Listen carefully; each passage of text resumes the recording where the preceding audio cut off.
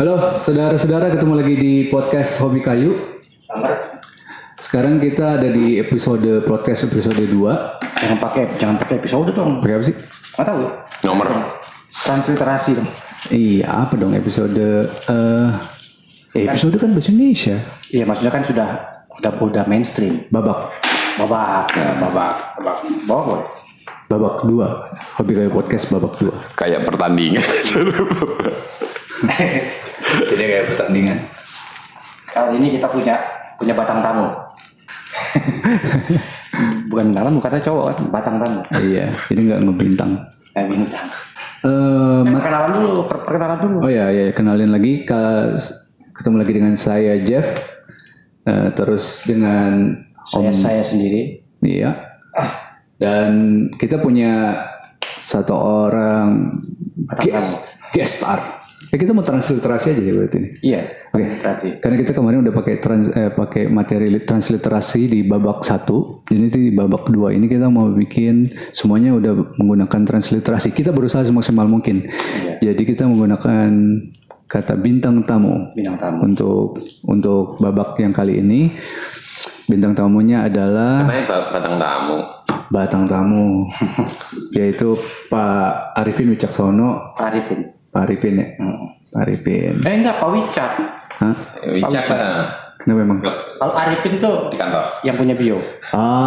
Oke. Iya, kalau Wicak Sono itu member Hobi Kayu. Oh gitu. Beda. Jadi Pak Wicak ya aja. Kalau Arifin itu di kantor. Siap. Nah, kita kan ada babak, berarti kan ada adegan. Babak ada adegan. Sulit men. Sulit nih. Udah tadi udah sulit nih. Transliterasinya ribet nih. Terus kita mau ngomong apa nih? Bahas apa malam ini? Pembahasannya- Kenapa kita mengundang Pak Wicak? Karena kita mau bahas soal industri furniture di masa pandemi. Industri woodworking Industri furniture, ini, yang berhubungan dengan woodworking. ya, yang berhubungan dengan industri di bidang pekerjaan kayu di masa pandemi. Nah, kita pengen tahu insight dari seorang pelaku industri di dunia kayu ini. Iya. Tapi ntar itu jangan jawab dulu, Pak. Karena kita mau ngumumin ini. Giveaway. Oh, ada giveaway. Itu bulan kemarin, awal bulan kan ada giveaway tuh. Mata apa? Gerinda. Mata gerinda metal untuk metal cutting ya. Buat dua ya, ada dua kan? Ada 2. Ya. Dari graf ini udah jelasin kan tapi ya kemarin ya. Udah Di video sebelumnya waktu video rilis quiz. Nah, itu yang ikut itu banyak yang nggak ngasih info gerindanya merek apa, terus ukurannya berapa. Yes. Jadi banyak yang didiskualifikasi. Yang lolos cuma 3. Yang lolos cuma 3 orang. Nah, karena hadiahnya cuma ada 2, giveaway-nya 2, jadi kasihan 1 nggak dapat. Ya, 1 nggak dapat. Satu lagi kita kasih yang lain. Kita kasih apa aja? Kasih Mungkin Pak Wicak mau ngasih apa gitu. Apa ya? dari bio apa ya? Series ini aja apa? Yang baru natural oil gitu. Natural oil apa enakan Duko. enakan natural oil atau Chopin kayaknya Yahut Chopin set kayaknya gitu ya. Chopin set. Chopin set berarti set color berapa warna Enggak, gitu? bukan. Gimana sih? Set dari Chopin sama clearnya. Oh. Chopin sama clearnya Oke. gitu. Atau sama waxnya ya nanti. Pokoknya ada giveaway dari bio. Yes. Dari bio 1. Jadi 2 pemenang mendapatkan cutting blade untuk metal dari Graf. Dan satunya lagi nanti bakal dapat paket dari Bio Industries. Mungkin paket Chopin, rencananya Chopin. Kemungkinan berubah. Siapa tahu berubah jadi emas gitu kan. Iya. Atau semen gitu kan. Tergantung mood kali. Diumumin dulu siapa yang dapat ini. Alright. Pemenangnya mana namanya? Tadi kau pilih. Pak Wicak suruh pilih. Oh iya. Yang dapat graf dulu. Yang dapat Graf dulu. Ini dapat Graf. Saya ambil 1 juga. Untungnya 1 berarti. Aku yang bio. Aku yang graf. Ya, Graf ya. Kita 2 Graf. Yang graf dulu. Pemenang Graf nomor 1 harddiskman@gmail. Harddiskman@gmail. Itu Masih yang SATA atau yang sudah SSD? Kalau hard disk masih SATA dong. Enggak iya kayak. SSD juga hard kan? Oh, oke. Walaupun nggak disk gitu. Kayak ini generasi baby boomer. Masih pakai hard disk. Masih pakai hard disk. HDD. Satu lagi Pak, yang dapat graf. Graf yang kedua. Enggak, ini saya pelintir dulu. Berubah namanya nanti. Yang keluar Nggak baik. mail. Iya. Belakangnya Gmail. Email, bukan Gmail lagi. Email. Yahoo. Yahoo, Bulan ini Desember. baby boomer banget. Bulan Desember udah langsung segera diberesin itu Yahoo ya. Bulan Desember udah habis dia. Email. Kebaca? KKIN. Iya, susah itu. KKIN at Yahoo Mail. Yahoo. KKIN@yahoo.mail ya. Oke. Yang terakhir, yang mendapatkan set bio atau bingkisan dari bio. Siapa tahu bingkisannya berubah kan yang jadi apa yang namanya? Jangan tahu cuma masker. Atau masker gitu kan? Masih mending Pak daripada dikirimin giveaway-nya invoice. Aduh, giveaway-nya invoice. Oke, saya terakhir adalah Anggrap MDT apa mod ini? @gmail. Oke. Oke, itu dia ketiga. Nah, yang dari 3 orang ini tanggung jawabnya apa Om Don ini? Nggak ada, nanti ku kontak di emailnya, ku kontak lewat email. Kontak email ya. Iya, jadi kalau misalkan 3 hari atau ya seminggu nggak balas emailku berarti diskualifikasi. Berarti Iya. hadiahnya buat chat Iya. yang invoice tadi. Ini berarti yang kemarin tuh beneran banyak yang nggak nyantumin dia punya gerinda apa ya gitu. Iya, terus banyak juga yang gerindanya itu 4-in. Kalau gerinda 4 ini percuma ini nggak bisa masuk. Nggak bisa masuk karena pertama arbornya beda, mesti bikin ringnya. Terus mesti pakai, kalau beli itu mesti ngakalin pakai 2 ring, bahaya. Aku udah coba beli itu nggak ada yang jual. Kalau yang kemarin pakai bikin ring itu buat apa ya? Yang mana? Buat table saw, Oh, buat table saw ya. Harvey. Ah.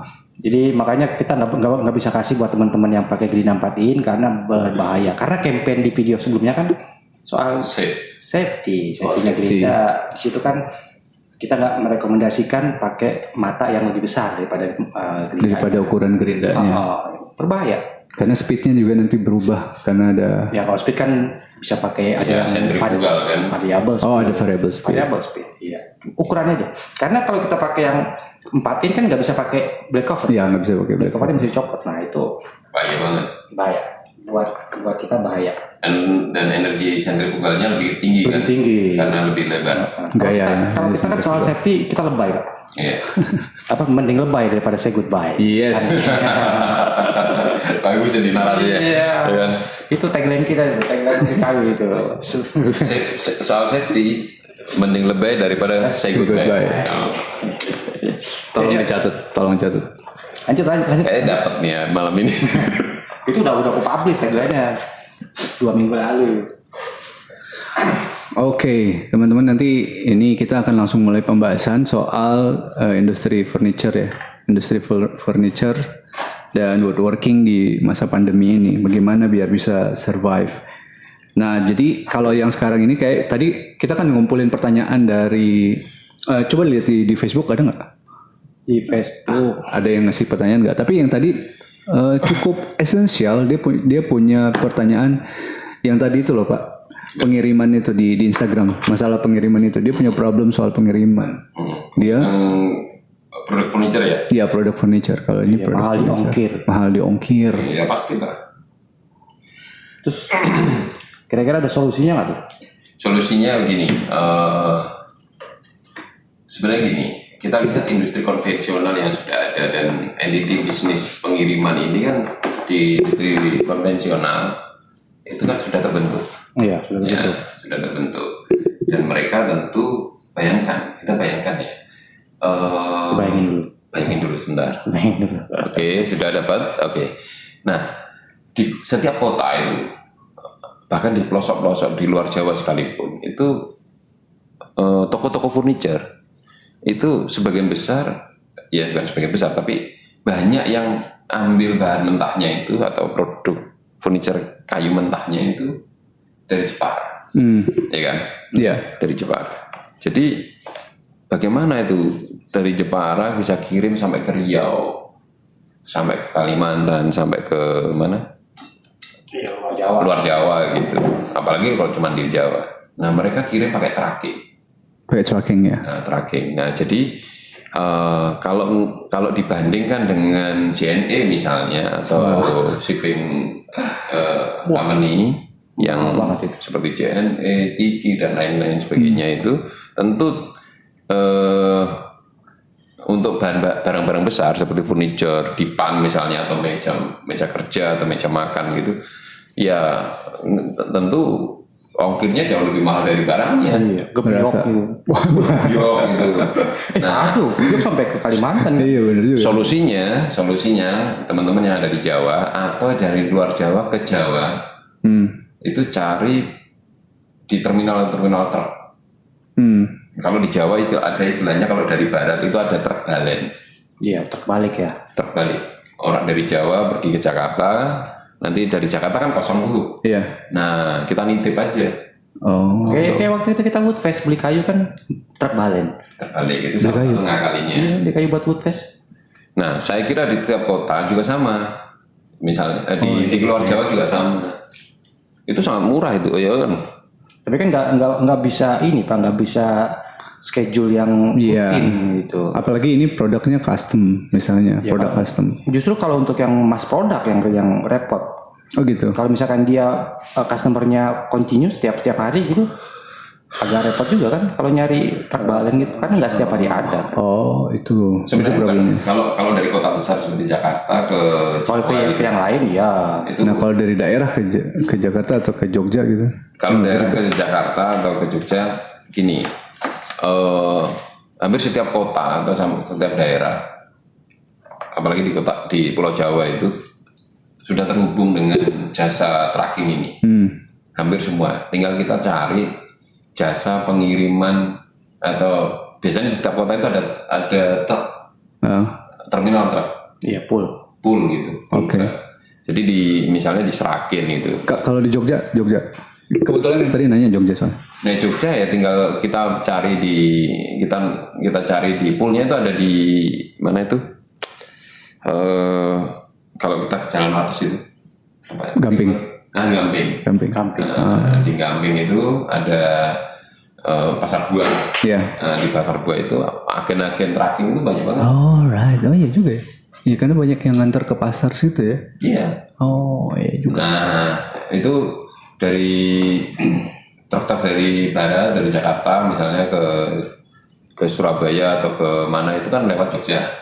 Nah si agen tracking ini nyari muatan untuk mereka. Nah, model bisnisnya gitu, dia nyari muatan, nah dikumpulin muatannya.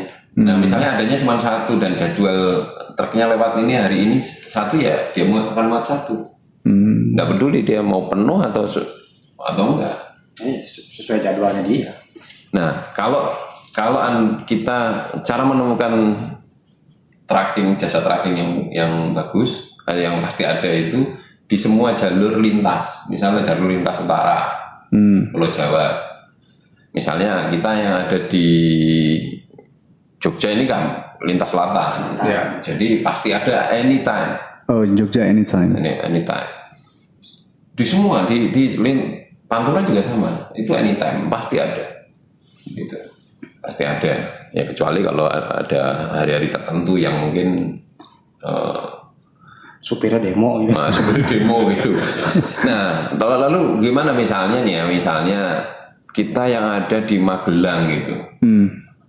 Di Magelang juga ada terminal truk sebenarnya.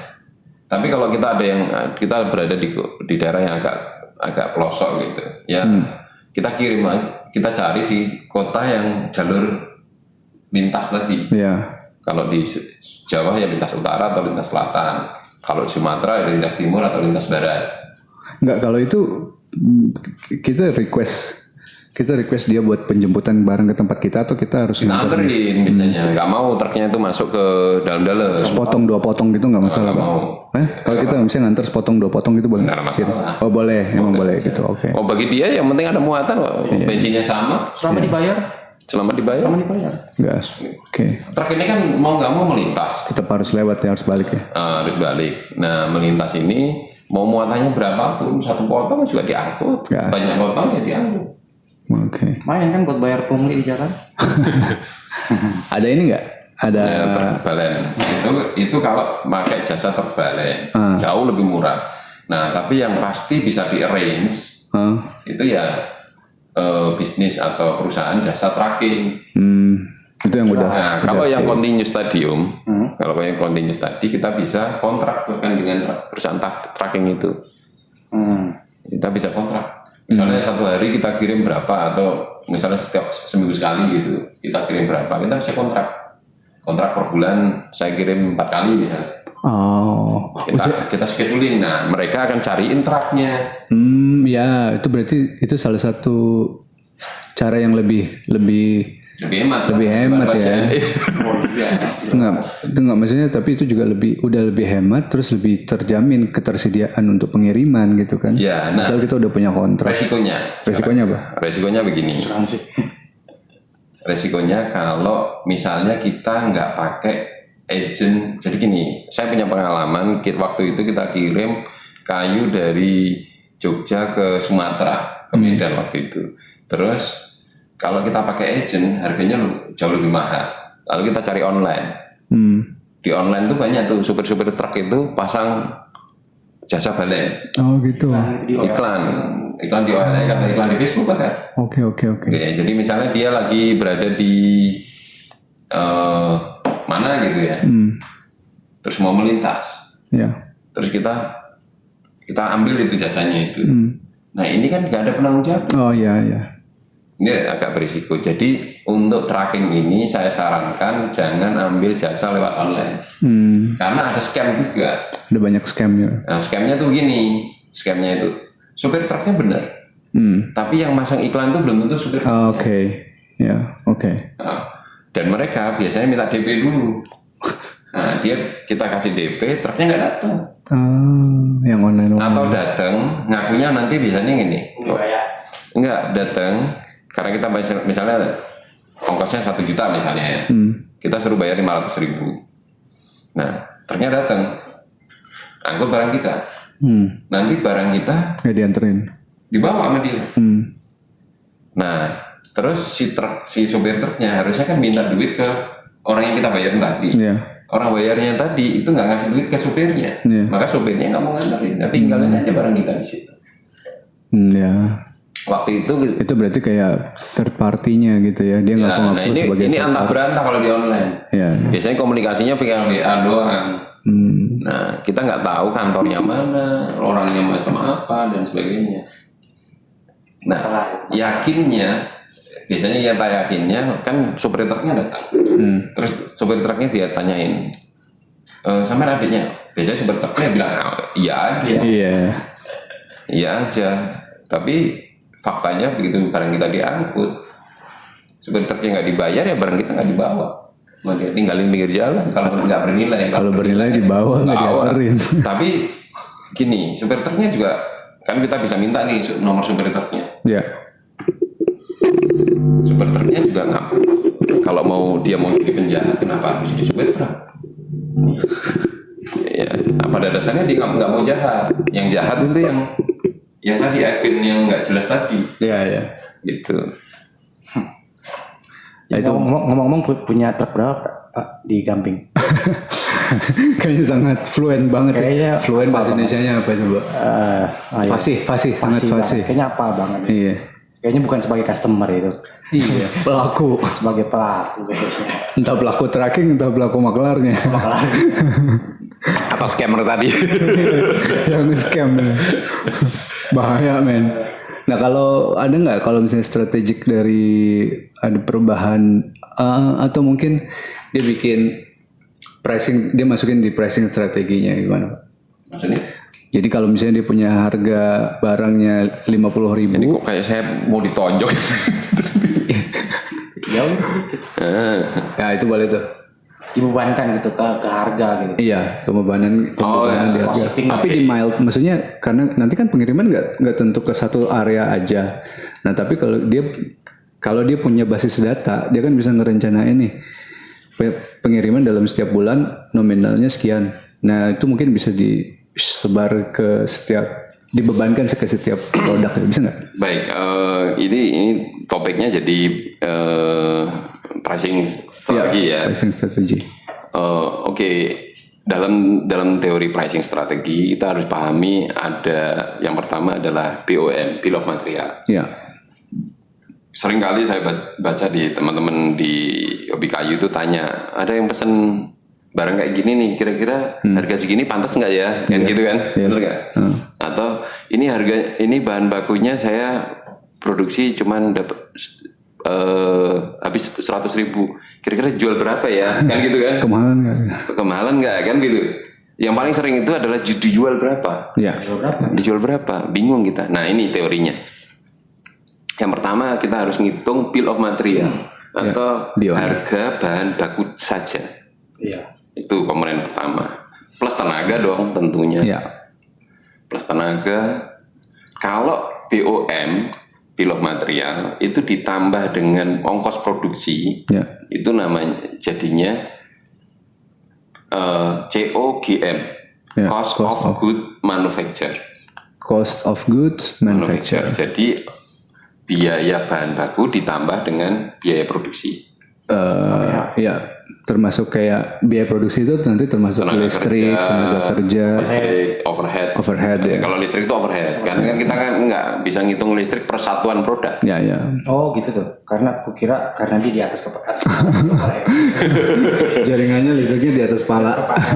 Jadi listrik misalnya satu bulan, cara menghitung overhead itu begini, listrik misalnya satu bulan kita mesti bayar 1 juta misalnya, lalu 1 bulan itu kita produksi berapa unit? 100 unit. 100 unit, berarti 1 unitnya itu overheadnya 10.000, ya kan 10.000. Nah itu biaya overheadnya 10.000. Biaya listriknya 10.000. Biaya listriknya 10.000.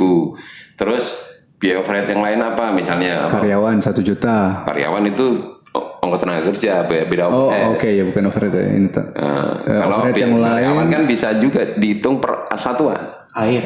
Ya. Air apa? Air misalnya, biaya satpam misalnya, Oke. biaya manajemen misalnya, Administrasi. biaya administrasi Ya. misalnya itu overhead. Ya. Jadi costnya per bulan, basisnya per time, itu bisa dikonversi per satuan, per SKU istilahnya kalau dalam dunia bisnis. Kopi kan. Kopi ya. Kopinya Biaya konsumsi. misalnya itu biaya overhead. Nah, biaya bill of material, biaya material ditambah dengan biaya produksi. Jadi biaya produksi tadi ada tenaga kerja, ada listrik, ada macam-macam.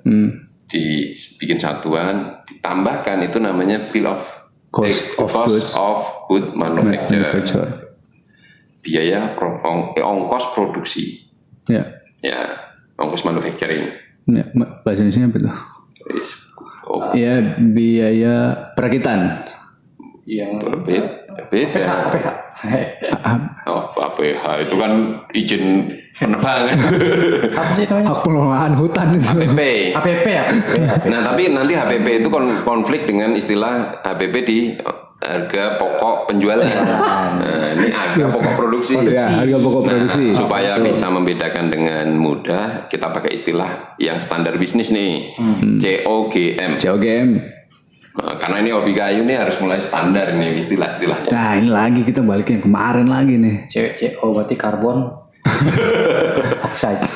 Berarti yang depannya kita udah bicara soal cost of Transgender. material, COM, terus COGM, BOM, terus COGM, Nah, terus itu kan berikutnya baru ongkos produksi dah. Ya. Tok. Ya, harga pokok produksi aja.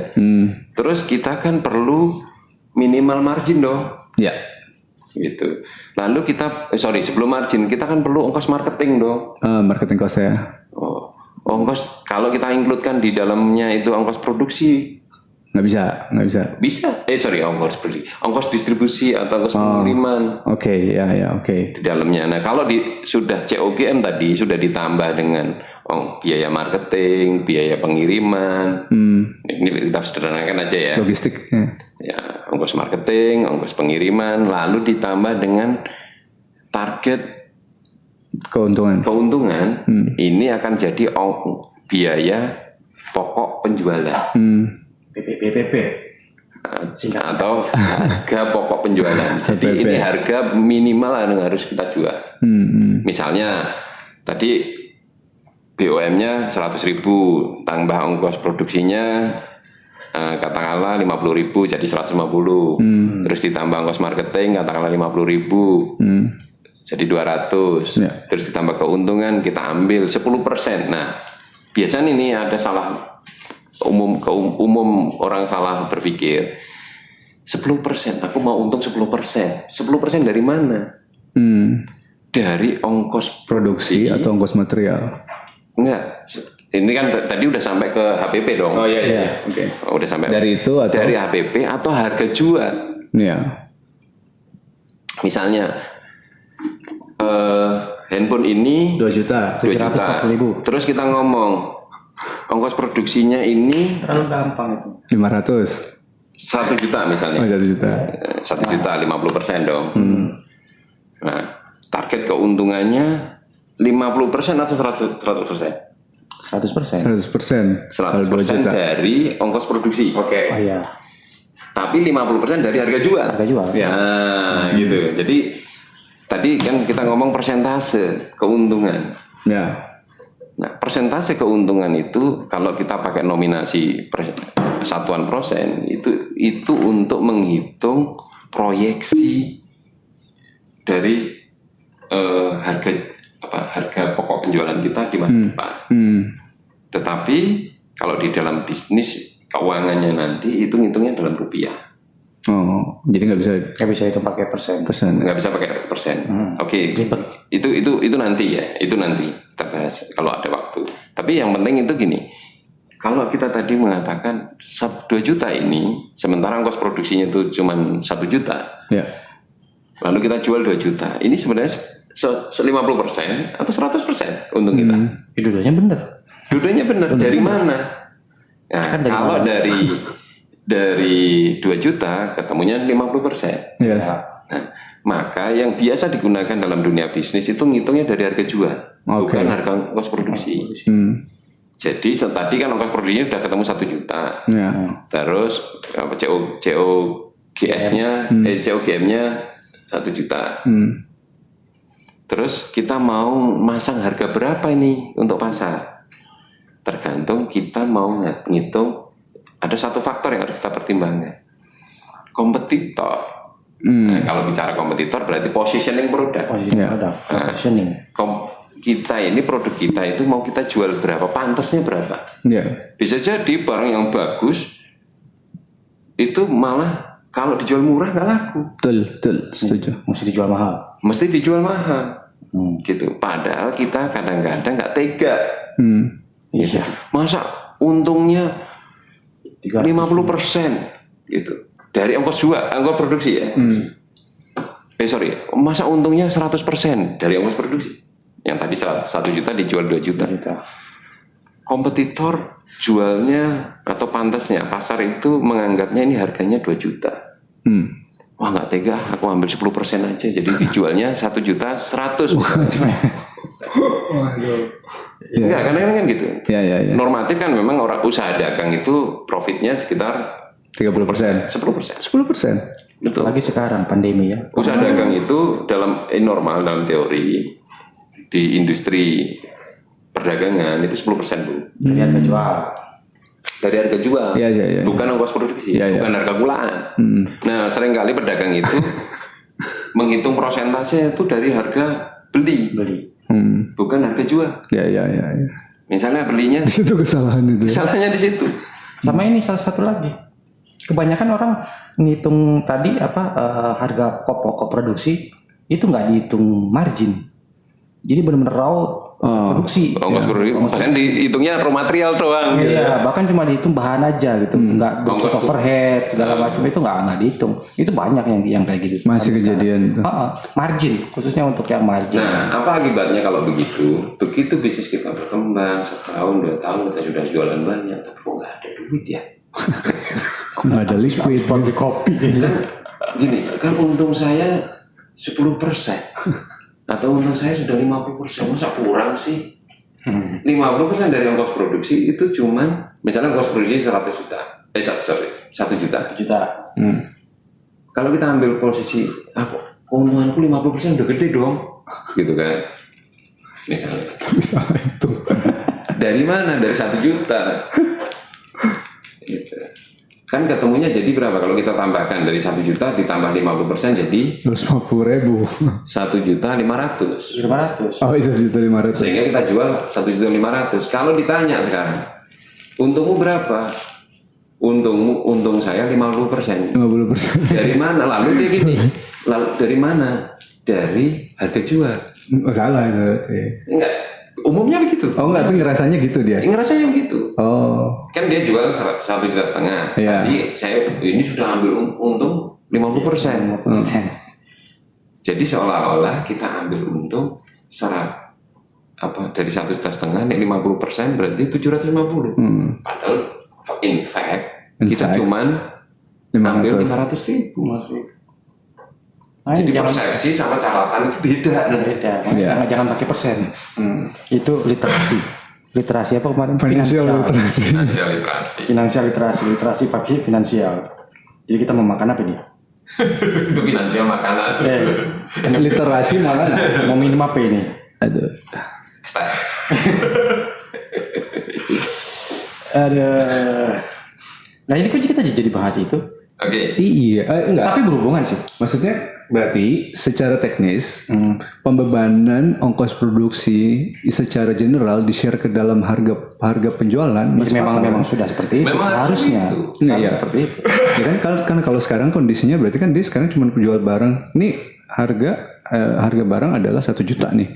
Nah, maksudku dengan strategi Ini harga apa nih? Harga produksi apa harga jual? harga jual. Jangan harga doang. Berarti dia udah punya keuntungan juga kan Pak sebenarnya. Nah, tapi kan untuk menjaga bahwa marginnya dia akan tetap sama, dia bisa bikin di markup sedikit. Oke, saya tanya untuk sekarang. substitusi harga. Kamu bicara margin. Margin itu ekspektasimu. Margin dari harga jual atau dari harga produksi? Harga jual. Pasti harga jual kan. Ya. Kalau kita ngomong margin itu mesti dari harga jual. Iya. Kalau kita produsen, faktanya kita sering menghitung itu dari harga produksi. Harga produksi. Itu yang sering konflik. Enggak, ya berarti kalau misalnya untuk mengatasi ongkos kirim itu dari harga misalnya kita punya harga jual 1 juta, biasanya kalau kita akan ngirim berbeda-beda Oke, misalnya ke sekarang kita toko bicara. Kita daerah. letakkan di mana sih ongkos kirim? Diletakkan di harga. Kan tadi dia bilang BOM ditambah ongkos produksi jadi BOM. COGM. COP. Kosop. BOM Pak. BOM. Bill of Material. material ditambah dengan ongkos produksi jadi COGM. Ditambah dengan biaya marketing Ya. jadi COGS. Nah, sekarang ini boleh kita tempatkan biaya delivery itu include di sini. Included. Padahal kita belum bisa memprediksi kan ongkos kirimnya nanti. Ya, betul. Atau kita kalau unpredictable begini, sebaiknya dikeluarkan. Ya, Bisa. itu maksudnya saya. Jadi harga yang udah fix, kita udah punya fix rate-nya sekian, 1 juta nih. Jadi kan untuk mengatasi yang kayak gitu, ditambahin faktor luar. Faktor luar itu adalah shipping. Iya. Faktor luar shipping itu kita mengambil data dari sebelumnya shipping kemana aja. Kita punya misalnya dalam 1 tahun kita ngabisin shipping cost yang mana itu juga ditanggung oleh pembeli. Shipping cost misalnya kayak 10 juta. Terus dari 10 juta itu kita sebar ke setiap SKU produk. Nggak bisa. Nggak bisa. Nggak bisa. Oh. Terlalu menghitung rata-ratanya terlalu Deviasi errornya tinggi. Oh. Terus maksudmu nanti kamu include-kan dalam harga barang gitu kan? Iya, iya. Nah, kalau yang sekarang jadi problem itu buat teman-teman yang bermain di marketplace, Oh, right. ya kan? Karena free ongkir itu kan palsu, maksudnya ya free ongkir gitu. Dalam tanda kutip ya. Dan tanda kutip karena dibebankan juga Iya, ke ke- produsen, ke si penjual yang punya toko. Free ongkir itu dia kalau dari Nah, secara gini. kan fiktif. Faux Oke. gitu ya, faux. Iya. Oke. Untuk mengatasi itu, jadi gini. Kalau kita mau menempatkan harga ongkos kirim ke dalam harga, kan gitu kan bro, pertanyaannya. Gimana caranya? Satu, misalnya target pasar kita itu dalam Jawa saja atau sampai luar Jawa? Iya. Oke, anggap aja sampai luar Jawa. Hmm. Kita bisa membaginya. Misalnya rata-rata ongkos paling mahal ongkos kirim ke Irian misalnya katakanlah 1 juta per kilo. Baby boomer banget nyebutnya Irian. Oh iya, itu ya Papua. Sebelum baby boomer apa sih? Kolonial. Kolonial banget ya. Irian tuh. Irian Barat lagi. Kayaknya ikut itu dulu perabutan Irian Barat. Masih sempet ikutan. Masih sempat ikutan. Ya paling jauh Oke. misalkan ya Papua 1 gitu juta. ya, 1 juta gitu. Ya, per kilo. Terus paling dekat Jawa, katakanlah rata-rata kita anggaplah 200.000 misalnya. Dari Jogja ke Jakarta lah. Yogyakarta 200.000. Nah, kita bisa pakai misalnya frekuensi kirim ke Papua katakanlah sebulan 2 kali, Oke. kirim ke Jakarta Oke. 5 kali. 10 kali, 10 kali, oke. misalnya gitu. Maka kita bisa hitung itu. Kita mau pakai patokan ambil rata-rata. Rata-rata vektor tuh. Jadi rata ya. Rata kalau itu ongkos kirimnya tentu di atas 200.000 dong. Pasti di atas 200.000. Nah, Iya. anggap aja lah cara ngitungnya nanti kita tetapkan ketemu ratanya sekitar Berarti 200. 300-an 400 sih. Ya, oke. kira-kira segitu caranya. Lalu ada risiko, ada subsidi lah. Kalau nanti banyak kirim ke Jakarta, Yes. kita kasih ongkos 400.000, kirim ke Papua ya 400.000, karena include di dalam harga. Nah kalau sudah include di dalam harga, kita tambahkan di dalam COGS tadi. Tadi kan ongkos marketing. Kalau ongkos kirimnya itu dikeluarkan, harganya terpisah. Kalau kita mau masukkan dalam harga, itu ditambahkan harga. Faktornya. lalu ditambah dengan margin. Yes. Oke. Margin wajib ya, jangan lupa. Iya. Berarti Ketemu kan? Ketemu terus harganya kita free ongkir seluruh Indonesia. oke. Ya, itu mungkin bisa jadi trik kan ya. Ya bukan trik, itu memang metode bro. Tapi kalau barangnya yang red ocean, Wah, itu yang kompetitornya banyak banget itu sulit ya. itu kan Oke. sulit. Oke, kalau Mungkin kita kasih ngomong kasih preview dikit Red Ocean-nya itu apa? Yang ya red ocean ya pokoknya persaingannya persaingan berdarah ketat gitu kan. berdarah makanya merah. Darah gitu. Udah rame banget, saingannya banyak banget.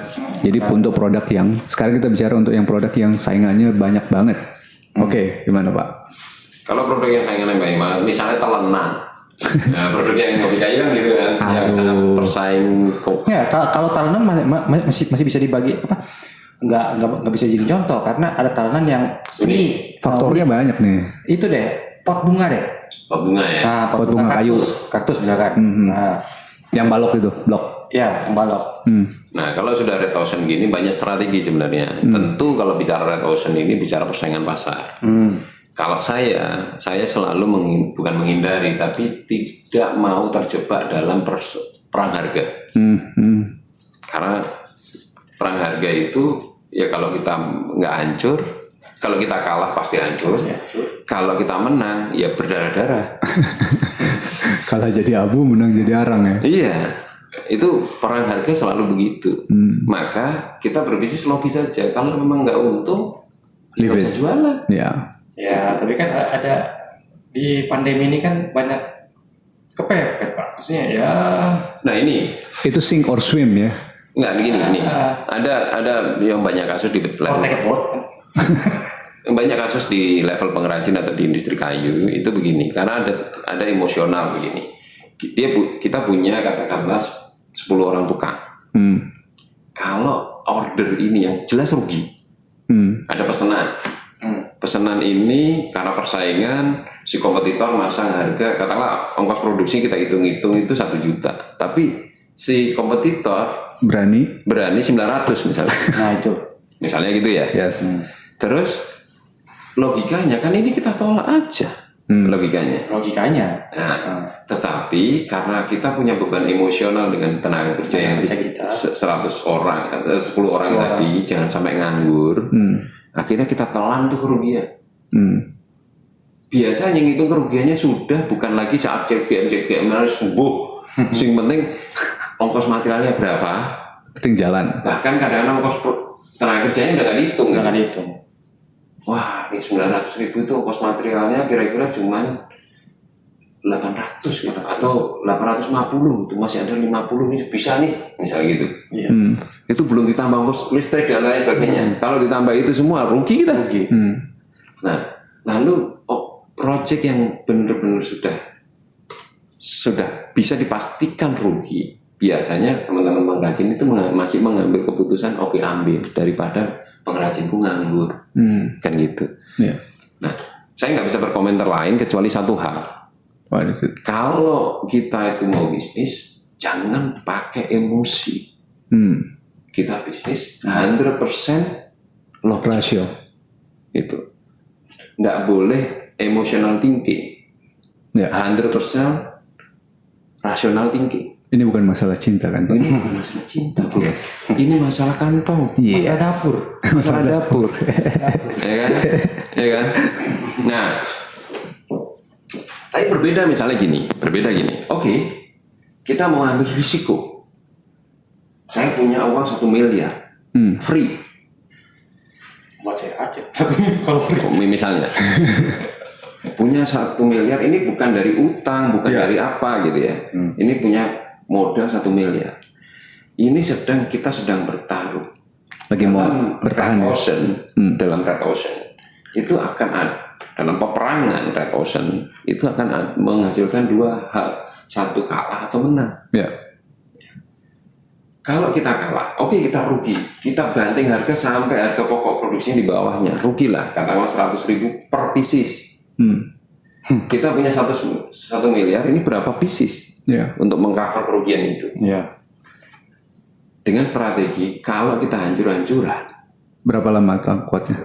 Berapa lama tahannya? Kalau kita bisa pastikan menang dan kita dengan modal berani rugi 1 miliar ini menang, dipastikan ketika kita menang, yang lain sudah mati semua, habis duluan. Lalu next time pada masa damai, masa damai sebelum negara api menyerah, setelah negara api pergi, kita bisa menguasai pasar.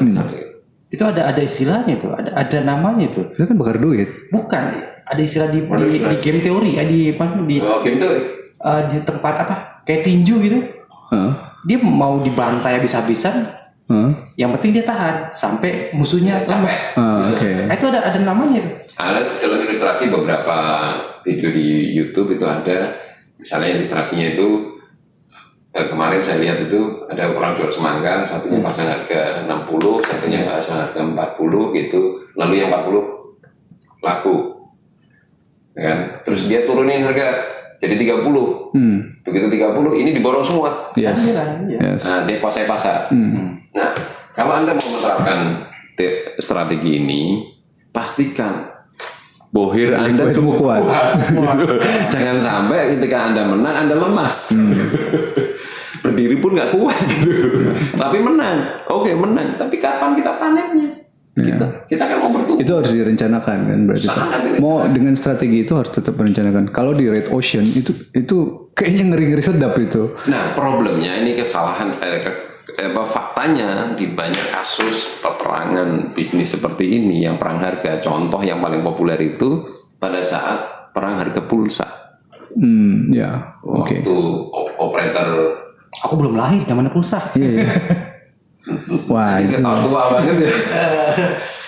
Iya, itu pulsa dan SMS itu yang Iya, waktu itu perang banget ya kan. itu perang banget itu. Ya. Edan-edanan nih Pak. Oh itu, wah itu mungkin nggak Pak itu dipakai dimainin kan dulu?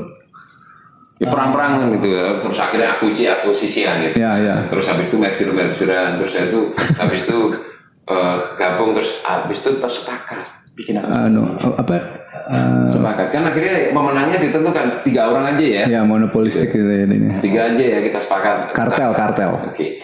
Nah problemnya begini, kalau kita mau menerapkan strategi itu di dunia, apalagi di dunia kerajinan, ingat kita unpredictable. Kompetitor kita itu bukan bisa dihitung jari, bro. Ya. Kompetitor kita nggak bisa dihitung jari. Yang kedua, kita Problemnya produknya itu bisa datang out of nowhere gitu kan. Kalau misalnya produk teknologi kan mungkin masih bisa iya pemainnya diprediksi itu aja, kita Iya, bisa ngukur tuh seberapa dalam kantongnya dia. Iya betul.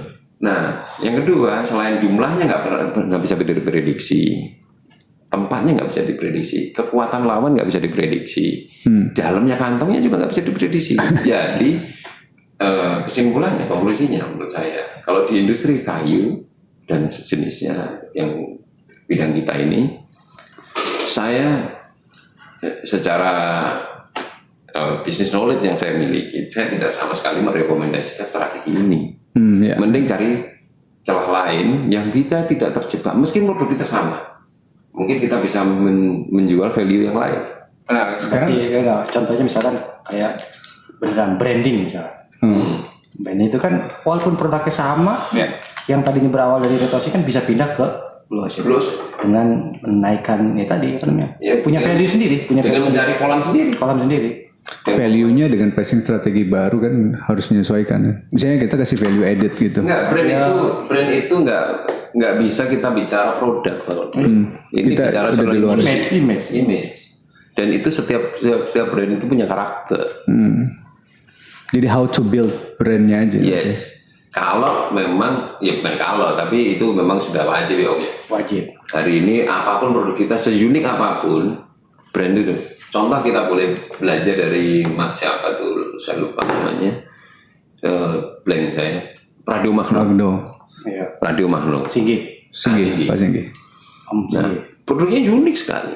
Ya. Tapi meskipun produknya unik, bisa dijual, tapi dia tidak lupa membangun brand. Iya. Sehingga kita kenal, saya lupa namanya orangnya, tapi kenal brandnya. Iya. Iya, semua juga begitu. Itu strength-nya. Iya. Jadi segmennya juga kuat kan, segmentasinya kan kuat. Dan orang nggak peduli lagi radionya bagus apa enggak sih, no problem. Dia nggak peduli. Ini aku punya Magno loh, bukan punya radio kayu. Dia nggak jual radio kayu, tapi dia jual Magno. Magno. Gitu, radio Magno. Mungkin selama dia beli nggak pernah diputar itu. Iya, mau dengar apa? Enak buat dilihat. Nah, kan cerita lain. Dia sudah nggak jual radio kayu, dia sudah jual Magno. Gitu. Sama kayak Hot Wheel. Ya. Kalau kau beli, emang kau mau mainin? Kalau kita Dipajang yang para anak-anak milenial, Pajang ya. mendekatin doang. Nah, contohnya itu untuk industri kayu yang unik, radio Magno. Tapi kan Apakah orang lain bisa bikin radio kayu seperti itu? Bisa banget. Bisa banget. Dan apakah Radio Magno mau bertarung di Red Ocean dengan para pembuat radio kayu yang lain? Ngapain? Ngapain dia punya segmen sendiri? Nah, gini, masalahnya kalau sekarang kan balik lagi ke masa pandemi. Apakah worth gitu loh? Layak nggak sekarang ini kita branding di masa pandemi, sedangkan kita aja ngos-ngosan untuk bikin dapur ngebul. Apakah bisa menjamin kan juga enggak gitu kan? Menjamin branding kan juga enggak. Itu jadi pertimbangannya itu udah kayak konten atau closing. Konten atau closing.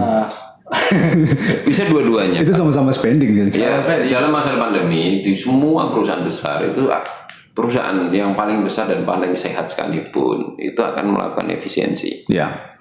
Melakukan efisiensi. Dan semua orang akan berpikir sekali dayung dua dapat. Branding sekaligus selling. Ya. Branding sekaligus selling. Apalagi di dunia kerajinan kayu ini branding sekaligus selling itu sangat-sangat mungkin. Ya. Sangat mungkin. Jadi pandemi contohnya. Kita ulas sekarang kondisi pandemi ya. Iya, kondisi pandemi. Kita masuk topik pandemi, bukan lagi bicara soal market yang ocean, blue ocean atau red ocean atau yellow ocean. Oke. Di masa pandemi Nggak ada ocean, pandemi nggak ada ocean, kering. nggak ada ocean, kering ini. Oke, baik. Ada satu hal yang patut kita pahami. Situasi masa krisis pasti akan menciptakan sebuah gap ekonomi, Ya. ya kan? Gap ekonomi. Secara The kita richest bisa will be lihat. richest, the rich will be richest, Yes, and the poor will be poor. kaya semakin kaya, yang miskin semakin miskin. Itu sudah pasti. Nah, maka kita mau main di mana? Di market yang low, market yang miskin semakin miskin ini, atau market yang kaya semakin kaya. Ya. Pilihan ini ada untung dan ruginya. Bukan untung dan rugi, ada masing-masing ada kekuatannya. Masing-masing ada kekuatannya. Nah, kita pahami karakternya dulu. Oke. Orang kaya ini kalau sudah Berarti kita ngomongin target market ya? target market. Ya, oke. Nah, jadi yang pertama kita pilih dulu target marketnya. Kalau kita baru starting bisnis, kita bisa menentukan target marketnya. Kalau kita itu sudah ongoing bisnis, Nah, switching ini yang repot. nah apakah Shifting ya. Shifting. apakah kita mau shifting atau tetap, misalnya di awal dalam kondisi masa damai, itu kita misalnya mentarget market kelas kita. Kita pahami dulu struktur market ya. Struktur market itu ada piramidanya supaya mudah dipahami. Piramida ini kita anggap piramida kita bagi segitiga dan kita bagi 3, kelas A, B, dan C. Ya. Atas, menengah, dan bawah. Ya. Nah, lebih detail lagi kita bagi A1, A2, A3, B1, B2, B3. Ukuran kertas ini. C1, C2, C3. Di pandemi, yang B ini yang problem. B ini sebagian kecil naik ke A. Ke A1. Kenaik ke atas. Sebagian kecil. Tapi gapnya semakin jauh nih. Iya, semakin jauh. Yang B3 dan B2 biasanya langsung ambles. Langsung ke C. Langsung ke C. Jadi jaraknya itu semakin tipis gitu. Dengan Iya. C. Berarti jumlahnya semakin Semakin banyak. banyak. Ya. Kalau karakter ini pada masa pandemi ini di kelas B2, B3 sama kelas C1, 2, 3 ini mereka yang dia beli bukan lagi values, tetapi yang dia beli adalah fungsi yang dia butuhkan. Ya. Yang dia butuhkan. Maka dia nggak Primernya. peduli mau bentuknya kayak seperti apa, mau value-value yang ditawarkan apa. Sing penting harganya murah dan bisa pakai. Ya. Fungsinya seperti yang diharapkan. Katakanlah kita ambil, tentu konsekuensi sebagai produsen, kita ambil margin nggak bisa gede, Ya. kecil sekali, dan semua serba simpel. Nek perlu menghematkan aksesoris, nek perlu yang tadinya pakai skrup sekarang pakai tembak dan sebagainya gitu kan. Efisiensi. Pertanyaannya tadi adalah kita akan switching apa enggak? Kalau kita tadinya berada di kelas B1, kita akan mau switching ke B2, B3 ke bawah, atau kita naik ke atas. Maka pilihan ini kita pahamin dulu karakternya. Di kelas A atau B1 dan kelas A itu karakternya adalah mereka orang-orang yang sangat, kita pahami dulu ya. Kelas A ini masyarakat yang tidak bersuara. Goib tuh. Goib. Tahu-tahu beli pulau gitu. Beli pesawat. Beli negara gitu kan. Itu goib tuh. Nah, orang di kelas ini dia punya cara gaya hidupnya, cara memanage uang terkait sama gaya hidupnya. Dia ini steady, gaya hidupnya steady, diem dia, diem. Dia nggak terpengaruh oleh apa-apa, gitu. Dia menjadi dirinya sendiri di kelas A ini, menjadi dirinya sendiri. Lalu dia tidak banyak kuat-kuat gitu. Jadi kalau kita mengharapkan branding di kelas A itu impossible. Karena dia tidak mensiarkan apa yang dia pakai. Gitu. Dia bahkan menyembunyikan. Gitu. Makanya kalau kita lihat klot ini, baju-baju kelas A itu hampir mereknya tuh nggak terpampang. Meskipun saya tahu ini Uniqlo, Pak. Ya. Ya, jangan sebut merek. Malu saya. Siapa tahu kita mau di branding oleh Uniqlo. Di sini kita bebas, di sini kita bebas. Bebas ya. Enggak, saya malu masalahnya. Ini karakter orang kelas A. Ya, ya. Ya, Kalau yang dia pakai itu ketahuan. Betul. Gitu. Ini juga Uniqlo ya. Iya, tapi kan kamu kelas B yang manja. Iya. Pansos. Pansos. Kita lagi pansos. Aku beda sendiri, aku kelas bahasa ya. Itu quick. Oke, yang perlu Quick dipahami. Kembali ya. Kelas A itu karakternya begitu. Dia bahkan malu kalau apa yang dia beli itu ketahuan. Oke. Ya. Maka paparazzi itu penting. Mengintip. Oke. Nah, mengintip. Kelas B itu selalu mengintip apa yang dibeli oleh kelas A. Lalu disiarkan oleh kelas B. Ya. Jadi kelas B ini. Kelas ya. B itu jadi sifat manusia itu pengen one step ahead. Gitu. Pansos ini ya. Semua bahkan kelas A juga begitu. Semua intuisi manusia itu pengen sesuatu yang lebih baik. Jadi kelasnya juga maunya yang one step. Gitu. Artinya kalau kelas A tadi modelnya begitu, kalau kelas B modelnya show off. Nah, ini Ya. tipe yang lebih show off ya. Lebih show off. Nah kalau kita mau get branding itu di kelas B. Kelas B. Iya, betul. Oke. Dia show off. Wih, gue beli nih tas bagus, merek XYZ gitu. Yang dipakai sama si Anu yang kelas A. Nah, selalu dia menunjuk begitu. Jadi dia Di karakter kelas B. dia bikin apa? Kalau kelas A tadi dia nggak mau menunjukkan kayak yang dipakai si Anu. Itu nggak mau. Tapi dia pakai, Udah gitu. udah, lalu dia ketemu sama si Anu yang menjadi obsesinya. Iya. Ketemu gitu. Ternyata mereka kita sama ya. Udah gitu. Terus diintip sama kelas B. Lalu kelas B berusaha beli yang dipakai oleh kelas A. Ini kayaknya kelas B bintitan matanya. Tadi ngintip. Nah, ngintipnya ada di sosmed. Ya. Ngintipnya ada di sosmed. Misalnya si tokoh siapa gitu, jam tangannya pakai apa ya? Gitu. Terus dia berusaha beli dan seterusnya.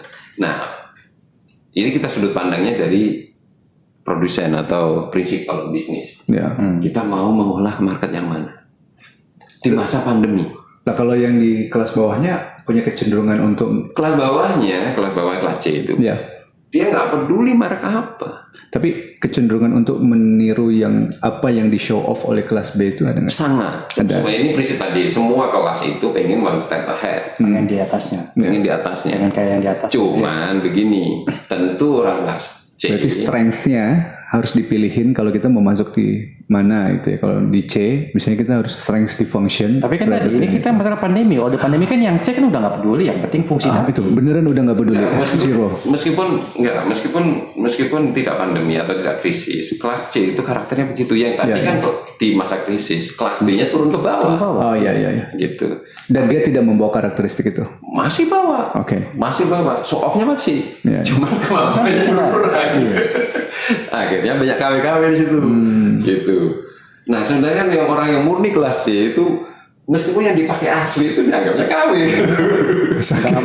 Sakit itu. Banyak kasus, Pak. Coba kalau kita bicara di baju ya. Di baju bekas itu kan Oh, banyak thrifting. Itu original tuh. banyak original. Banyak. Dipakai oleh kelas C. Dia nggak tahu itu original, mau kayak original kayak mau bodo amat, sebenarnya beli itu tak pakai bisa. Itu aja. Itu kalau bahasa Inggrisnya awul-awul. Iya, awal-awal ya. Oh, kirain bahasa Spanyol itu. Enggak, itu bahasa Inggris. Oh, British. British. Nah itu contoh ya memahami karakter pasar. Jadi kelas C itu mau LV kayak dipakai ditenteng sekalipun itu asli. Tapi sekarang kan juga udah lagi hype banget. Hype bukan hype banget sih, tapi udah mulai hype lagi tuh kayak misalnya kalau kita ngomong masalah baju ya. Ini thrift baju-baju itu dipakai untuk kalau pemandangannya saya Pak, itu kan kayaknya orang yang ya anak-anak muda yang boleh lah gitu, tapi dia preferensinya nyari yang kayak gitu Pak, karena dia nyari uniqueness-nya. Itu masih Nah bisa. itu gini, itu kelas B3. B3. Nah, itu kelas anaknya si A. Oh, anaknya kelas A. Oh, masa anaknya kelas apa? Enggak, maksudnya si Jeff ini kalau misalnya ada anak muda yang pengen merek, dia tahu merek ini bergengsi, lalu dia carinya di ruang loa gitu, maksudnya gitu kan. Tapi maksudnya itu sampai sekarang udah ada bisnis yang thrifting gitu. Nah itu karakternya karakternya orang-orang masa-masa krisis.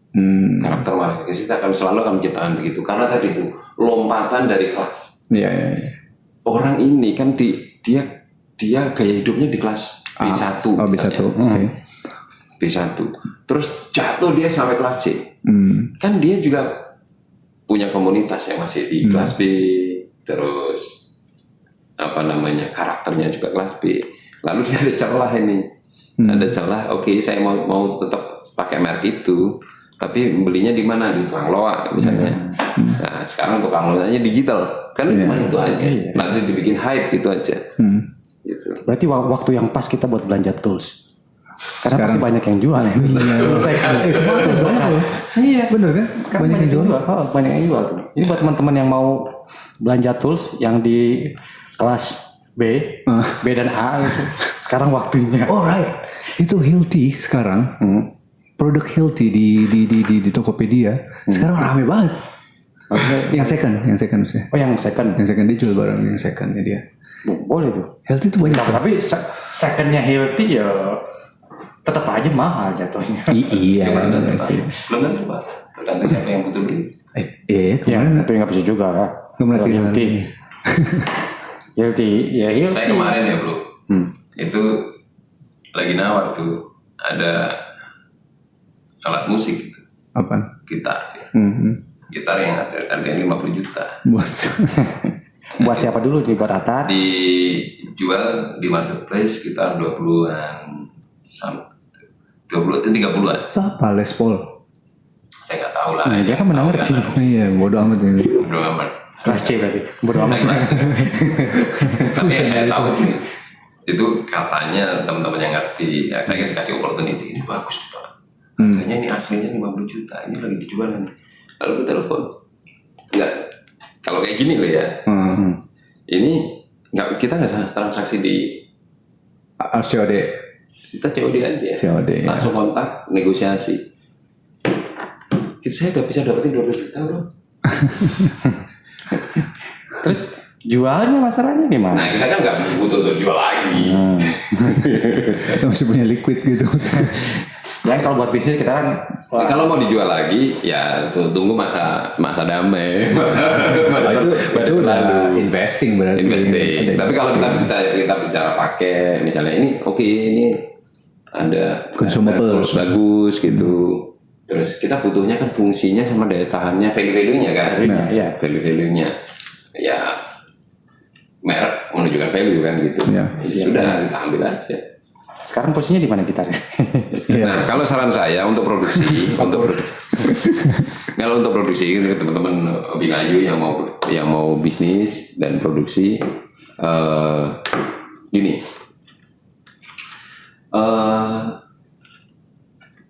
fokusnya di fungsi, Kalau ada merek yang terbukti itu punya kinerja tinggi dan sebagainya, dan secara ekonomi itu mendukung. Contoh ya, ada tools merek Jerman, harganya katakanlah 10 juta. Jerman punya, dia bisa mengklaim katakanlah ya, ini lifetime-nya bisa dipakai sampai 10 tahun. Nanti kan biasanya kalau untuk alat-alat produksi itu kan ada rupa kan. Ada rupa ya. Nah, merek-merek Eropa biasanya daya tahan tinggi. Ya. Biasanya. Katakanlah dia tahannya katakanlah 10 tahun. Lalu ini ada merek Cina. Harganya 1 juta. Daya tahannya cuma setahun. Mana yang kita pilih? Kalau saya yang beli yang Cina lah. That's right. Ini intellectual thinking. Kalau saya pilih yang Eropa, karena kalau hitung-hitungannya secara nominal masih sama itu. Iya masih sama. Masih sama. Cuman kita punya kerugian kalau misalnya kita beli yang misalnya 1 tahunan, kita akan spending lebih di waktu kita. Oke, sekarang udah rusak kita beli lagi.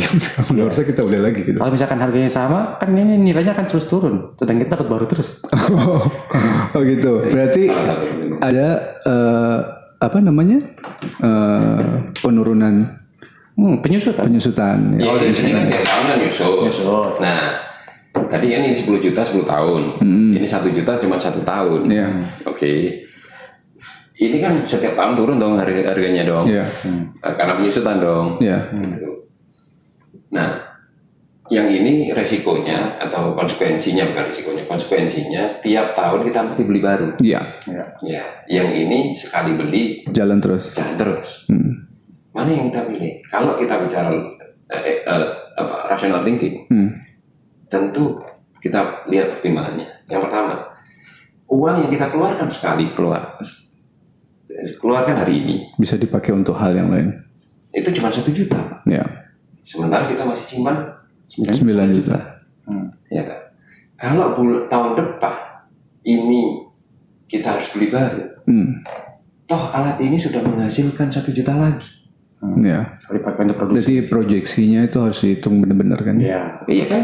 Ya mestinya iya dong kan buat produksi. Ini kan untuk udah menghasilkan lagi, menghasilkan 1 juta, beli baru lagi. Ya. Nah, itu yang pertama. Jadi kita ngapain harus keluar 10 juta? Di awal. Iya. Itulah kenapa merek-mereknya itu kemarin pada masa beberapa tahun yang lalu itu mengerus marketnya Eropa. Bahkan mesin-mesin produksi besar. Iya. Itu. Yang kedua pertimbangannya begini. Teknologi berkembang terus. Ya. Kalau misalnya kita sekali beli mesin yang daya tahannya 10 tahun, 5 tahun ke depan teknologi ini sudah bukan yang udah basi. modern, udah basi. Sementara kita sudah terlanjur invest di sini. Ya. Nah, kita bisa mengikuti perkembangannya itu loh dengan merek yang lebih murah tadi. Kira-kira begitu. Sama satu lagi, maintenance. Nah, maintenance ini kan harus maintenance bagaimanapun juga. Kalau ini rusak, wah. Saya kira nanti bisa diloain. Mungkin Ada profit lagi kan dijual kiloan. Jual kilo. itu perlu dihitung tuh. Untuk unit jualan kiloannya itu. Karena ada teman kita yang mainnya begitu kan. Iya. Tetap dijualin kiloan. Jangan sebut brand. Nggak usah disebut. Boleh nyebut brand, nggak boleh nyebut nama. Iya. Oke. Rulesnya kita. Kita boleh nyebut. Nah, itu cara pertimbangan bisnis ya. Di pandemi ya. Ya. Kalau di pandemi ada spesifik lagi nggak Pak? Spesifik tadi ya. Tadi bicara itu tadi marketing ya, itu yang soal tools, investasi tadi. Investment, ya. Bicara produksi dan investment. Tuh Pak, ada pertanyaan Pak kemarin tuh Pak. Pertanyaannya untuk industri sekarang dari sisi bioindustri ini ngelihat Ini pasar. Arifin Wicaksono. Ini Wicaksono loh, bukan Arifin. Ya kita minta insight-nya anak hobi kayu ya. Nanti Bapak tinggal kontak. Ini ada pertanyaan industri kayu Indonesia yang pabrik besar gitu ya. Itu sekarang saat pandemi pada habiskah atau masih ada yang tetap bertahan? Baik, gini. Jadi saya nanti akan ke sana. Jadi tadi kan kita menganalisa karakter pasar itu di masa pandemi. Nah, kelas A itu salah satunya, kita nyambung dulu ya. Nanti kita akan menjawab di situ. Kelas A itu karakternya salah satunya adalah dia mau unique product. Ya. Unique product dalam konteks industri kayu itu custom product. Custom product. Sehingga produk-produk unique product hari ini, ya custom product itu sekarang faktanya naik, demand-nya naik. Ya. Tanya obrek. Pantesan nggak pernah muncul. Wah, sibuk di obrek. Jadi naik justru. Kenapa? Di kelas A ini salah satu karakter kelas A dan B1 sampai dengan kelas A ke atas itu karakternya mereka gaya hidupnya itu by budgeting. Mereka sangat rigid dengan budget. Oke. Karakternya orang kelas B3 atau sampai C itu kalau yang mau membangun gaya hidup itu ya uangnya segitu-gitu dipakai habis-habisan. Nah, kalau karakternya orang kelas A, budget untuk beli tools ya ada dan harus dibelanjakan habis. Misalnya budget untuk senang-senang gitu, untuk hobi. Misalnya hobi dia adalah tanaman gitu. Lalu di masa pandemi seperti ini atau di masa krisis seperti ini, khususnya pandemi, karakternya begini. Pandemi ini kan membatasi orang. Iya. Padahal dia punya budget. Sementara pengeluarannya berkurang. Itu yang pusing. Budget jalan-jalannya ada. Pusing itu. Untuk kok duitnya masih banyak, gimana ngabisinnya itu yang pusing. Serius, ini Itu pusing itu memang. terjadi. Akhirnya apa? Lihat Brompton, Ya. sepeda itu naik laku keras. Kenapa? Ada budget, tapi spendingnya berkurang. Orang beli sampai 50 biji. Nah, Akhirnya dibelilah. Nah, mau belinya itu unik. Belinya per unit produk. Yang mungkin dia hanya mau beli barang-barang yang dia bikin untuk dirinya aja. Atau memenuhi keinginan dia. Aku mau ini. Misalnya ruangannya sudah bagus gitu. Obrak-abrik lagi. Ganti style. Besok ganti style lagi. Ganti style lagi. saking bingungnya buang duit itu. Karena bingungnya dulu buang duit. Nah, ini karakter kelas A. Nah, untuk teman-teman yang ada di level sekarang yang misalnya yang ngerjain custom itu kan udah sangat pasti akan cocok dengan yang tipikal kayak gini. Cuman problemnya adalah how to get there, how they get to know us gitu. Oke, nah tentu branding, personal branding di masa-masa seperti ini sangat penting. Kita didukung oleh media, Ya. media yang kita bisa bangun sendiri kan, tidak harus beli gitu. Jadi iklan itu, ini kalau bicara soal marketing nanti Om Done mungkin banyak bicara. Tapi intinya kita pahami karakter marketnya begitu. Terus tadi pertanyaan Om Done, apa tadi? Saya lupa. Industri. Nah, di industri. Nah, penurunan kelas konsumen dari kelas B turun ke C ini akan budgetnya sudah mulai menipis, Pak. Orang-orang yang dulu misalnya beli Boleh. beli IKEA misalnya, ini kan kelas menengah. Di Indonesia itu kelas menengah. Kalau di Eropa mungkin kelas Low budget. low budget. Kalau di Indonesia ini IKEA ini masih kelas menengah. Hari ini nggak bisa beli IKEA, Pak. Akhirnya apa? Dia beli di barang bekas. Dia beli di pengrajin tetangganya yang mungkin bisa ditawar dan lain sebagainya. Dengan bawa katalog IKEA. Dan Modalnya kalau IKEA, modal katalog. modal katalog IKEA, tolong bikin kayak gini. Nah, Indonesia ini unik kalau bicara soal kayu. Kayu kita itu murah, Pak. Kenapa? Solid wood sama plywood itu lebih plywood di Indonesia ini. Gitu. Kalau di Eropa plywood itu ya memang konsumen kelas bawah. Yang high end itu selalu solid wood. Karena di Eropa beli plywoodnya di Indonesia. Nah, kembali ke industri mass product. Mass product itu untuk konsumsi publik. Yang karakternya itu kelas B bawah itu mass product, mesti bukan unik produk. Nah, karena ada penurunan kelas sosial ini, maka market mereka shrinking, Pak. Marketnya shrinking. Otomatis industri-industri besar yang mass product ini kehilangan market. Kehilangan market. Apakah habis-habisan? Enggak. Tentu ada yang survive, ada yang tidak. Karena overheadnya itu tetap sama. Overheadnya sama. Nah, Dicek baterai. Masih ngerekod nggak? Ada aman. Nah, karakternya begini. Lalu industri besar ini yang mass product, kita bicara industri mass product aja ya, bukan industri besar ya. Industri mass product ini siapa yang bertahan? Yang bisnisnya dari awal sehat. Nah itu definisi bisnis awal bisnis sehat itu gimana, Pak? Bisnis sehat itu kita ukur dari 3 core, 3 fundamental bisnis. Core of the core. Core of the core. Fundamental bisnis satu fundamental market. Marketnya misalnya dia sudah punya fundamental market, sudah punya kontrak pasar. Misalnya Segmen sendiri. bukan hanya segmen, Pasarnya udah jalan, udah fix. pasarnya sudah fix. Pasarnya sudah fix ya. Gitu. Market ya. Fundamental marketnya sudah ada. Kalau dia main brand berarti brandnya sudah jadi. Terus Kalau dia main maklun atau manufacturing tok, berarti sudah ada kontrak manufacturing. Networknya jadi Bahkan sudah ada kontrak. sudah ada kontrak. Kontrak untuk 1 tahun atau 5 tahun ke depan. Produksi. Produksi harus sekian ribu pieces gitu. Sudah ada kontrak.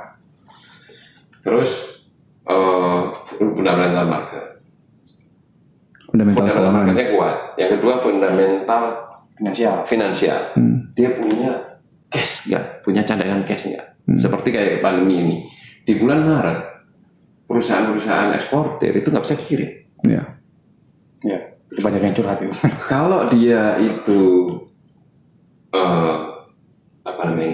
kalau karakter perusahaan yang fundamental finansialnya itu lemah, gimana cara kerja finansialnya itu? Kalau kirim hari ini baru dapat uang hari ini, dan uang yang hari ini dia dapat itu untuk makan hari ini, untuk operasional hari ini.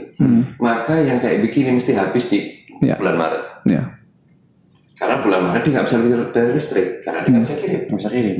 Tapi kalau fundamental finansialnya sudah kuat, di mana dia punya cadangan cash yang cukup, bulan Maret nggak bisa kirim, tetap produksi. Ada satu customernya Bio itu yang karakternya begini, dia udah punya kontrak, kontrak sampai sekian kontainer gitu. Ekspor berarti. Ekspor. Iya. Lalu ketika pandemi, sebagian customernya itu kan sudah DP kan, DP. sudah DP. Lalu minta pending, Ya. minta pending kirim, karena gini mau ngirim gimana? Nggak bisa di pending, nggak bisa ngirim. Nggak bisa ngirim. Tapi ada statement, tolong pending dulu, kita wait and see dulu.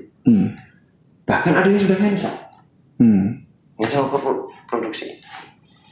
Nah, customer ini karena dia tahu bahwa bagaimanapun juga produk saya ini pasti akan dibutuhkan orang. Ya. Karena dia produksi bukan unit produk tapi kebutuhan pokok primer misalnya kursi kursi mau gimana pun mau kiri-kiri doang mesti butuh Pasti tempat duduk iya. gitu, tingkle, meja makan dan sebagainya. Oke, dia tetap produksi. Jadi on order yang on planning tadi tetap dijalankan pakai modal yang sudah tersedia, cadangan cash tadi produksi aja. Yang di cancel tetap diproduksi sama dia, ditumpuk Berarti. Nah bulan Mei ketika sudah Eropa sudah open dan udah ini customer tadi Mulai datang lagi. mulai kontak, bro, pesan ini dong, kan butuh waktu 2 bulan lagi. Ya. Kan barangnya udah ada. Nah dikasih waktu 2 bulan, barangnya ready langsung dikirim. Dia bilang, lu ready. Nah dan dia publish pakai YouTube dan sebagainya. Customer yang lain yang tadinya supplier-suppliernya dia itu mati karena Pak KO itu, semua lari ke sini. Barang yang sudah ready tadi dipakai rebutan. Ya. Ini sekali lagi ini perusahaannya sehat sekali secara fundamental finansial. Tapi marketnya ada, finansialnya ada, fundamental organisasinya nggak jadi, nggak kuat. Manajemen gitu ya. Manajemen, fundamental people-nya nggak kuat. Misalnya nih ya contoh, ada beberapa itu begitu lockdown, lalu semua berasumsi bisnis bakal ambiar. Karena nggak punya sistem. Bukan nggak punya sistem, mentalnya, people-nya ini jelek. Misalnya pemilik bisnisnya langsung lari ke luar negeri, membawa semua aset perusahaan. Cadangan cash-nya ada. Oh ada ya? Ada yang larikan diri, mengamankan diri. Udah mati tuh karyawannya udah nggak percaya juga sama bosnya. Gitu. Investornya lari, langsung cabut. Ini bosnya ini ada shareholder misalnya ada 3, ini satu investor, satu yang operator. Operator tinggal mati sendiri lu. Kayak gini juga ada. Kontrak marketnya ada, pasarnya ada. Seharusnya uang perusahaan ada, karena investor kuat. Tapi investor yang namanya kapitalis itu maunya aman. Begitu kondisi yang tidak menentu dia cabut. Iya, diamanin dulu duitnya. Investasinya diamankan dulu. Amankan dulu. Jadi kalau untuk cadangan cash ya, kalau untuk perusahaan baik yang kecil yang besar itu memang bagusnya dalam bentuk cash atau bisa dalam bentuk investasi lain atau emas gitu misalkan, atau harus cash? Kalau saya rekomendasikan, kalau cadangan cash ya, saya rekomendasikan dalam bentuk emas. Emas. Kalau mau dibahas lebih lanjut, kita bandingkan ya antara emas sama uang. Nanti ada alternatif lagi seperti properti ya, atau land, tanah. Ya. Emas sama uang ini yang setara. Emas setara dengan uang. Iya. Sama-sama liquid ya. Sama-sama liquid. Uang pilih emas atau pilih uang?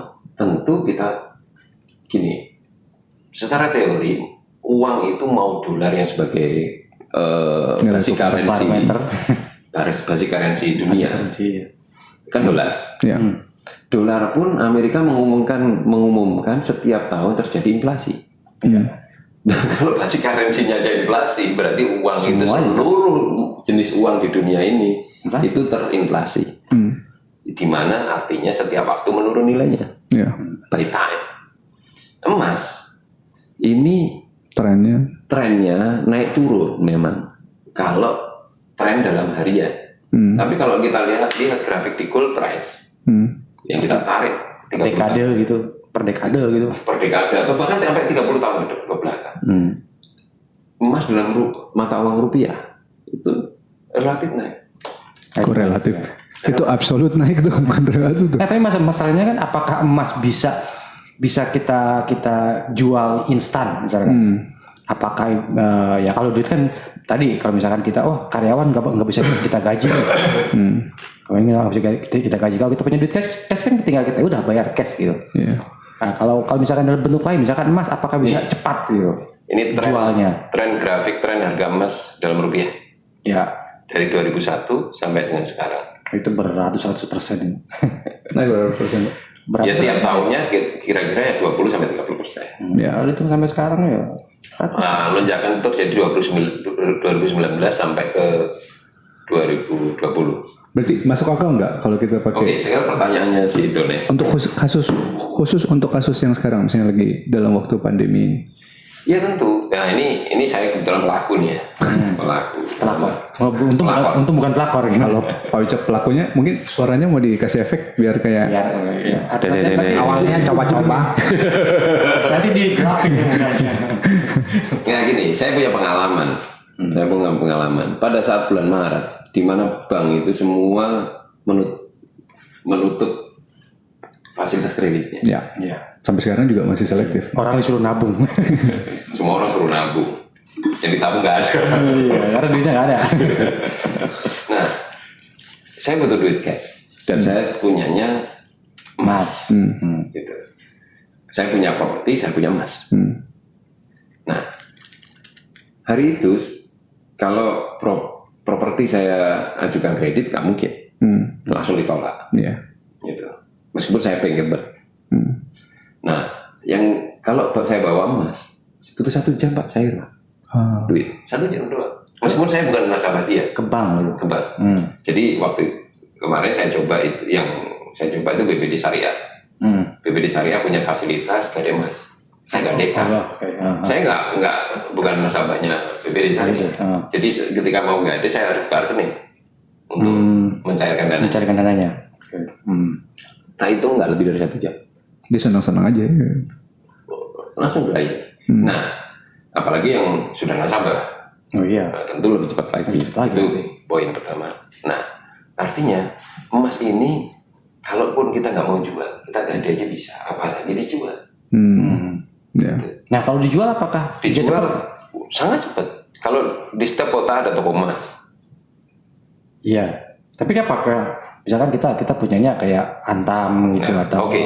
Jadi gini, toko emas itu pada dasarnya bukan toko emas, toko perhiasan. toko perhiasan ya, toko perhiasan. Nah, kebetulan perhiasannya terbuat dari emas. Emas. Kebetulan. Kebetulan. Terbuat dari emas. Ada yang terbuat dari plastik juga. Nah begini, hampir setiap toko perhiasan yang juga notabene toko emas, mereka sebenarnya transaksinya bukan pakai uang. Pakai emas. Iya. Jadi gini, toko perhiasan ini beli perhiasannya ke perusahaan perhiasan seperti UBS, seperti Halim dan sebagainya. UBS. Itu belinya perhiasan, bayarnya pakai emas batangan. Oke. Oh dia belinya perhiasan sudah. Belinya sudah perhiasan. Iya, perhiasan. Makanya bermodel-model akhirnya kan. Bayarnya pakai batangan. Pakai. Nah terus sekarang kalau ada orang tiba-tiba datang mau jual batangan, Makan tadi dia. dia udah kayak dapat duit. Langsung liquid nih. Justru pada saat Kalau dia nggak punya duit masalahnya. Enggak gini Om. Justru pada saat krisis seperti pandemi ini, semua orang pengen jual perhiasan. Iya. Betul. Bukan jual batangan. Semua orang jual perhiasan. Nah, dia ini kan butuh duit untuk membeli kembali perhiasan yang dia pernah jual ke konsumennya. Karena itu sebuah norma yang wajib dipenuhi. Iya. Ya kan? Nah, si perhiasan ini nanti ditarik, dilebur jadi batangan. Oh, curah ya. Jadi curah.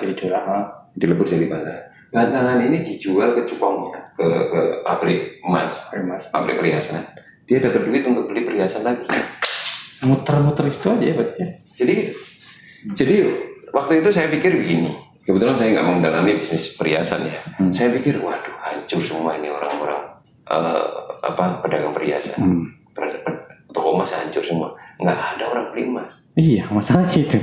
Pasti orang mengembalikan emas semua. Pasti dia butuh duit semua.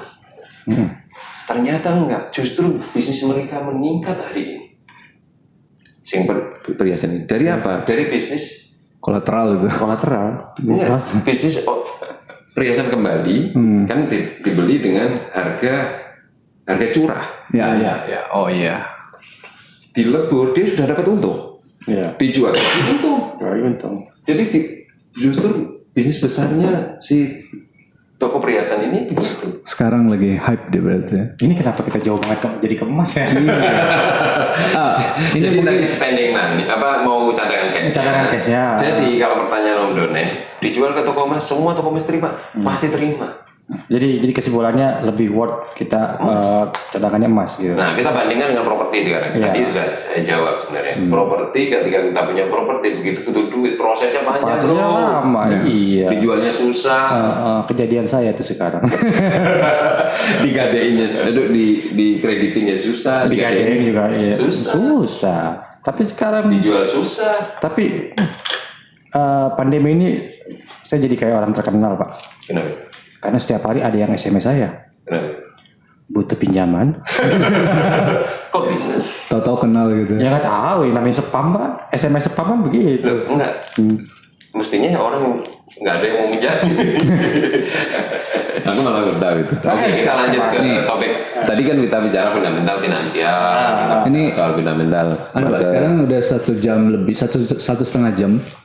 Ini kita khawatir baterainya. Jadi mungkin kalau bisa di summary untuk yang tema yang sekarang, kita summary dulu. Jadi Nanti kalau untuk yang untuk tema berikutnya kita lanjut. Closingnya sih tips bagaimana kita survive untuk teman-teman yang produksi, khususnya untuk yang woodworking gitu, dari mata Pak Wicak, Ya. bukan mata Pak Arifin. Jangan mata Pak Arifin ya, mata Pak Wicak. Tips Oke, tipsnya dari saya yang pertama, kita pelajari dulu struktur pasar. Kita kuatkan fundamental market dan kita pelajari kita mau main di pasar kemana. Targetnya, oke. Saran saya unit produk yang merupakan sasaran cluster market kelas A dan B1 itu sangat menjanjikan karena mereka punya uang, mereka butuh membelanjakan uangnya. Iya, mereka butuh uang duit ya. Apalagi untuk teman-teman yang basisnya hobi kayu yang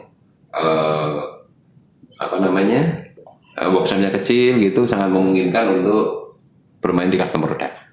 Gitu. Faktanya ekspor maupun market lokal untuk custom product itu meningkat drastis. Di tahun-tahun di tahun ini. Di masa pandemi. Meningkat. Oke. Ya, itu yang pertama dari fundamental market. Yang kedua, jangan lupa ketika bisnis kita bertumbuh dan setiap bisnis harus dibangun fundamental finansialnya juga. Kita sisihkan sebagian keuntungan kita. Ya. Jangan semua langsung diinvestasikan jadi alat, jangan semua diinvestasikan jadi bahan baku dan sebagainya. Model operasional diatur sedemikian rupa sehingga model operasional kita itu efektif untuk menghasilkan keuntungan dan keuntungannya sebagian tips saya itu 30% untuk disimpan dalam cadangan cash. Ya, itu masalah besar itu. Kalau buat yang kita baru-baru mulai bisnis, Ya. karena kita tidak bisa menempatkan mana duit kita, mana duit perusahaan.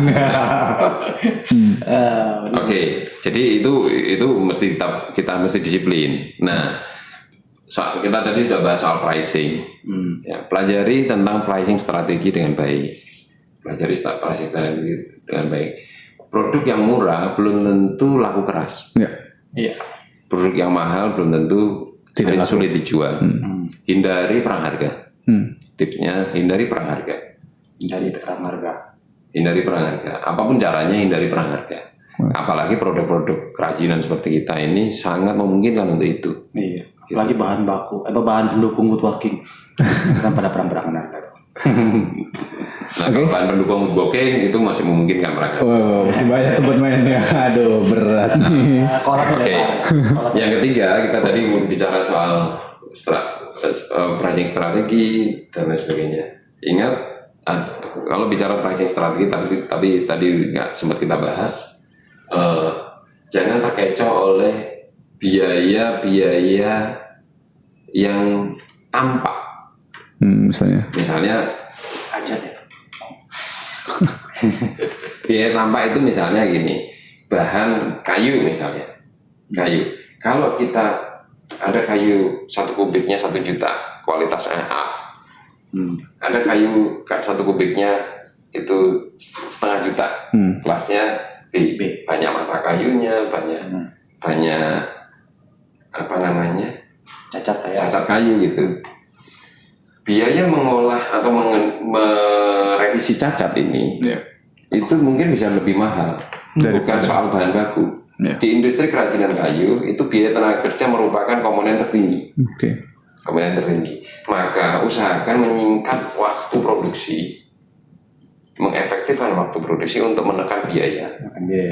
Meskipun dengan menambah biaya bahan baku yang lebih baik, dengan tools yang lebih proper. Baik lagi tadi ke efisiensi ya berarti ya. Ya, jadi itu tipsnya.